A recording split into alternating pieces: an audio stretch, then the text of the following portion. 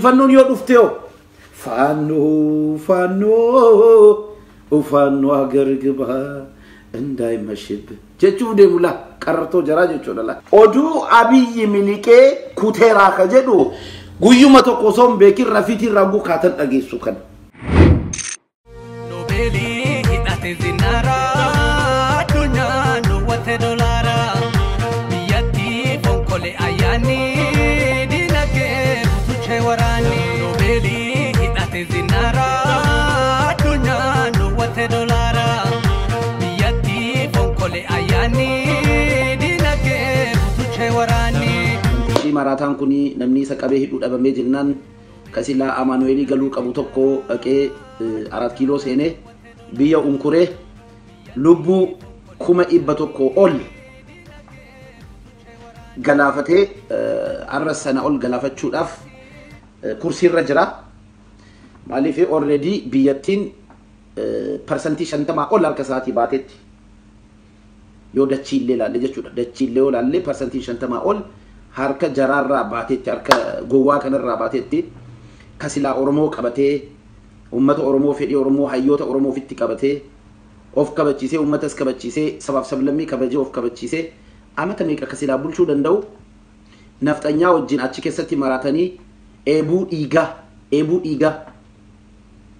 eebuu dhiigaatiin machahanii dhiiga ilmaan qulqulluu ilmaan Oromoo irraa kaasiti ilmaan Sidaamaa Walaayitaaji na ilmaan Tigraayji ilmaanuma jaraallee ilmaanuma fooxeellee galaafatee kumaataman maraatuchaarras angorra jira yeroo ammaa ga akkuma beektanuu almost naannoon Amaaraa percentii 20 hin hafne har'a taatee Desee keessa taatee tokkoon isinima Desee keessatti Desee already marfamtee jirti naannoo waraana TDF-tiin marfamtee har'a guyyaa 5 guyyaa 6 kadhachaa jiru waraana magaala keessatti waraana gaggeessuu hin feenu yoo feetan alatti nu eegaadha nuti ulaarra jirra kana jennaan warri PP nu gadhiisaa yookiin kottaati alatti walitti nufa adda nu abaaf nu jedhanii waraana magaala keessa gaggeessuu dhiisuudhaaf ummata nagaa waan tuquuf jechuudha jarri siyaasa ni beeku gartanii jarri immoo ummata nagaa gajara qabadhu jedhanii ummata gajaraan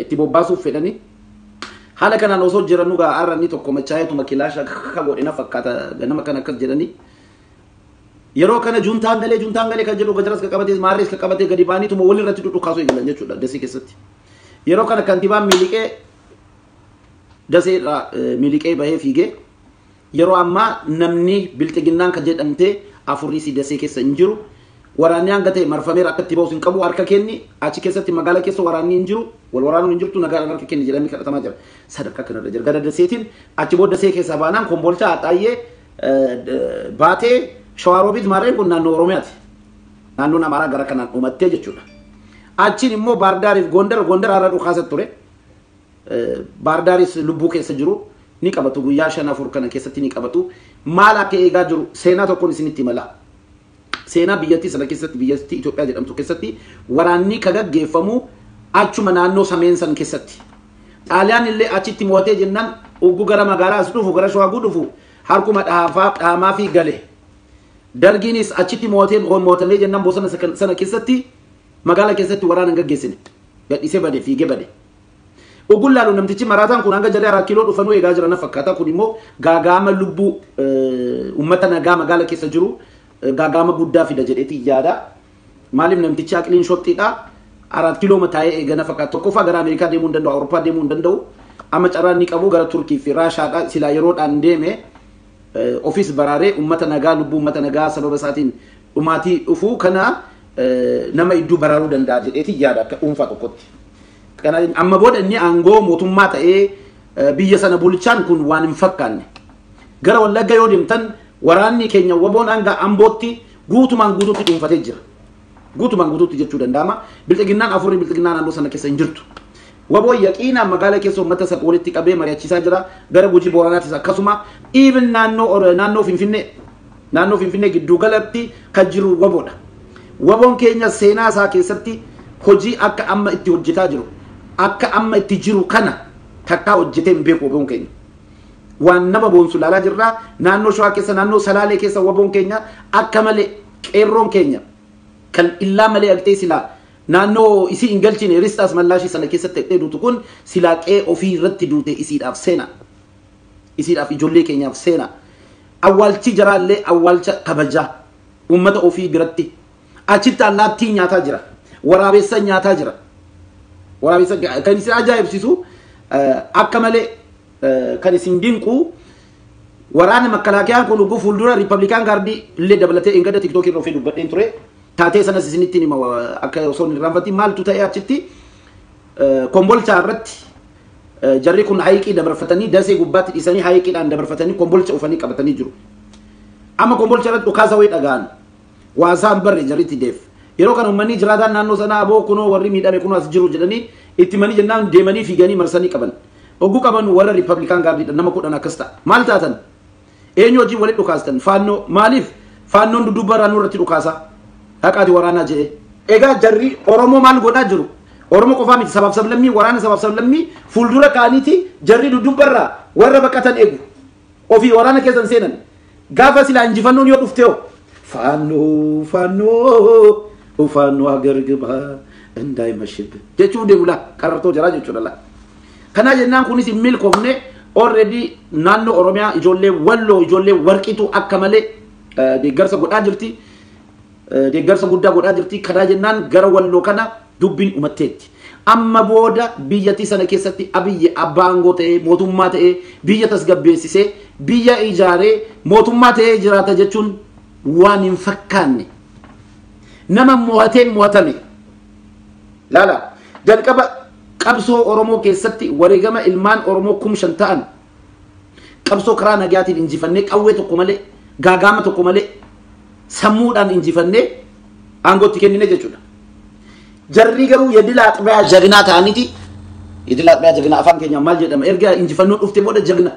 Opinion kaleessa jaraa jettee jaraa ergamtee nu ajjeesaa nu fixaa nu gorraa turteetu deebitee arras ummata keenya gaaga'uudhaaf ummata keenya waraana irratti bobbaasuudhaaf isin qabbala teessee dubbii caartee dubbii asiin deessee jechuudha. Opinion arras ummata Oromootiif hin cifne. Harras ka du'aa jiru kan waboodhaan haqee wal waraanus ummata Oromooti. Beekadhaa ilmaan Oromooti.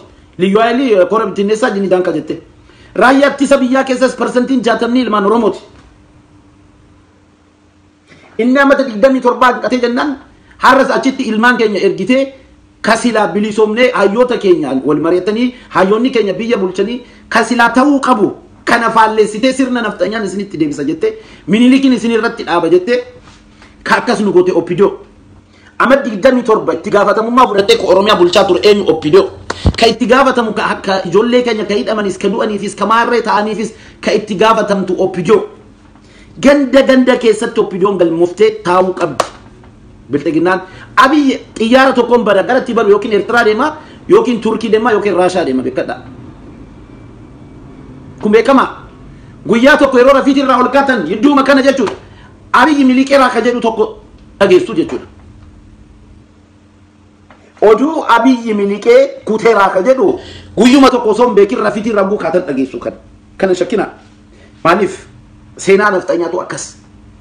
Hayila Sillaaseen gaafa dubbiin itti hammatte ka'ee miliqe ka qabsaa'ee deebisee biyya bilisoomse Oromoo ka deebi'ee dhufee immoo acuucee ajjeesee lafa kaa'ee eenyuun Oromoo dargitti kotta አንድ ሰውና አንድ ጥይት እስኪቀርቡ አጋንዶ ጄ ኡመተ ሁንደ መና ዩኒቨርሲቲ ራካሲ ሃይ ስኩል ራካሲ ደርገጌሰ ሁንደ ወራነት ቦባሲሴ ወራነት ደርገቄ ጋባ ዱቢን ትጀባቶ ሚሊቄ ዙምባቤ ደለጋን አብይስ ከኑ መሰናን ጀራ ሆጂን ጀራ ከኑማ ዲጋ ዶላሱ ቢየቲ ኡንኩሩ ቢየ ዱበት ዴቢሱ ከደቱ ጎቹ ቢየ ቀበኛ ቢያ መንጫሱ